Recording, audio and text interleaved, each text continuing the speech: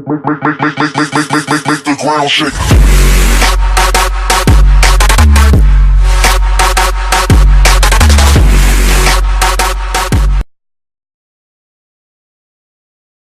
Fala galera, beleza? Eu sou o Gabriel e bom galera, tô trazendo aqui um vídeo de como criar um servidor de Star Wars e um servidor de Ranger. Legal! Bom galera, aqui eu já tenho um servidor, né? Eu vou entrar aqui pra estar mostrando pra vocês como que é, ó. Ó galera, é assim, ó. Peraí, tá bugado aqui. Eu faço meu login aqui no chat e entro aqui, ó, nesse play aqui, ó, pra jogar, ó. É muito legal jogar Star Wars. Não. Mamães. A galera tá tendo esse bug aí, né? Mas eu acho que logo vão estar consertando esse bug de tá saindo do servidor e tal. Galera, eu vou estar deixando o servidor também aí na descrição. Como você não sabe, né? Quem não sabe. Aí, deixa eu entrar no Ranger Games agora. Que é o SG, ele também é muito legal esse mapa. Eu gosto muito de jogar Ranger Games nele. Aqui, ó, pra vocês verem, ó. Tem um ali.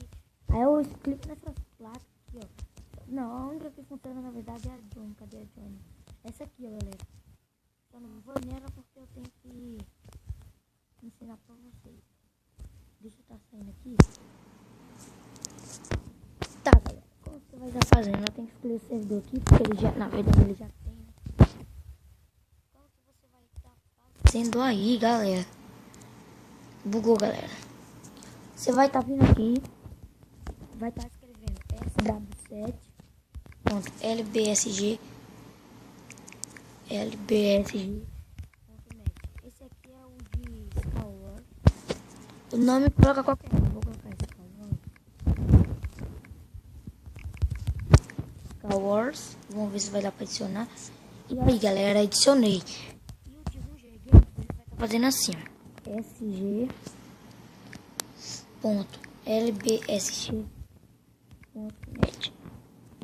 E pode colocar qualquer nome também.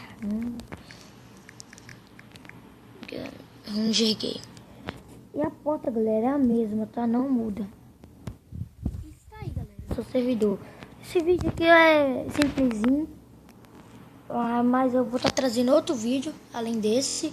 Tá trazendo aí, eu não sei ainda o que eu vou estar trazendo, mas eu vou. Se você gostou, já deixa o like aí, papoca o like. Compartilhe. Turn down for what?